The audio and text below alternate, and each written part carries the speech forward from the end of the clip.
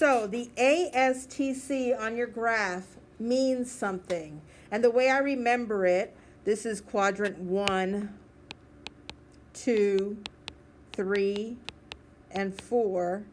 So when you go in order, it's all students take calculus, okay?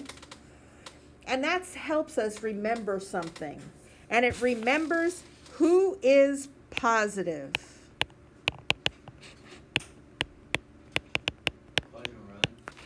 Huh? When you were in geometry, everything was positive, because like what we did with the triangles yesterday, everything was positive because you were always in a triangle, and triangles are positive.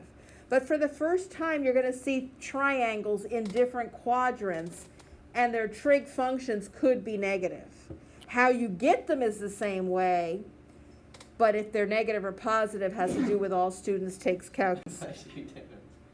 So what this is saying for you, if you notice the S, we have a sign that goes with S, tangent and cosine. So those are the three big boys, right?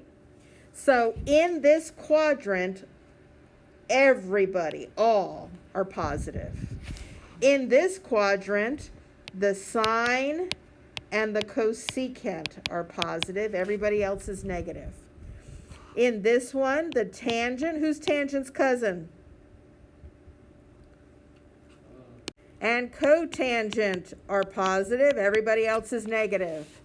And over here, the cosine and secant are positive, and everybody else is negative. Everybody look at 315 degrees. It's in the fourth quadrant. And tell me what point is next to that. It's root 2 over 2 and negative root 2 over 2, right? And your tangent is negative 1. Is that what you have next to your 315? Everybody get that? So look at here. The cosine is positive, and these two are negatives. You see them? So the only one that's positive is the cosine, because all students take calculus, and there's a C in that last quadrant. Now, when I flip a negative number, it's negative. So cosecant and cotangent are also negative. And secant is going to be positive, because when I flip root 2 over 2, positive root 2 over 2, it's going to be positive. So this goes, all is everybody. Sine is sine and his cousin, cosecant. Tangent is tangent and her cousin, cotangent. And then cosine is cosine and secant are positive. Everybody else is negative. So if I were to ask you to find all the trig functions at 315, this is what I like to do. So if I do cosine of 315, sine of 315, tangent of 315, secant of 315, cosecant of 315, and cotangent of 315, and they're all degrees. Everybody understand what I'm doing here? The cosine of 315 is root 2 over 2. The sine of 315 is negative root 2 over 2. Got it? The tangent of 315 is negative 1. The secant is root 2. The cosecant is negative root 2. And the cotangent is negative 1. Who's positive?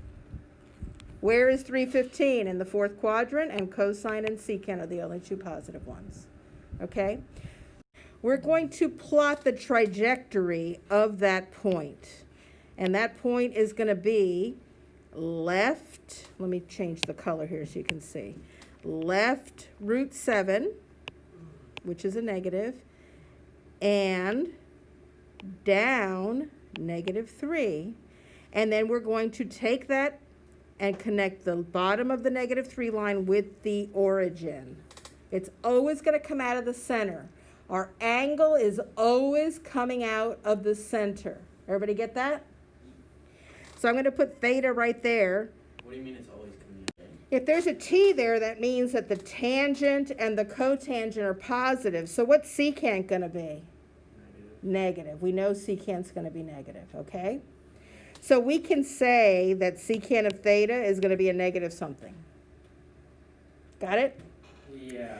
So when I do secant, it's the reciprocal of that, so it's hypotenuse over adjacent. And I would do that first to see what you need, because sometimes if you're finding tangent and cotangent, you don't need to find the third side. You don't need to find the hypotenuse, because you've got both sides. So you don't have to do any extra work. So let's see what we got here. We have negative root 7 squared plus negative 3 squared equals c squared. Everybody get that? So you can't put it in your calculator. You can put this in your calculator, but when you square root it, you can't, if it's going to give you an ugly number. So negative root 7 squared is 7. And negative 3 squared is 9. Oh, this one's going to be pretty. So that's going to be equal to 16. So this one can be squared, rooted, and 4 equals c. Okay? So this side right here is a 4. Everybody get that? The hypotenuse is always positive.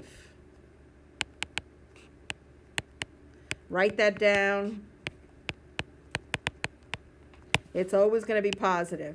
So you don't have to worry about ever wondering what that sign is. So now you need hypotenuse over adjacent. You can't have a radical in the basement. This is what I do first. Move that negative upstairs. And then multiply by root 7 over root 7. You can move the root. Or The negative always goes upstairs, so if it ends up downstairs, just put it upstairs. Negative 4 root 7 over 7. This is in the fourth quadrant, so cosine is going to be positive, and they're asking for tangent. This is number 7, so the tangent is also going to be negative. Everybody understand why it's negative? So if I draw that point, I say that this is 2 root 3, and then down this way is negative 2, and theta comes out of the center again. So with tangent, we don't need to find the third side, because all we need is opposite over adjacent. Well, who's the opposite of theta? Negative 2 over 2 root 3. The 2's bite the dust. That's negative 1 over root 3, right? And you do root 3 over root 3. Negative root 3 over 3 would be number 7.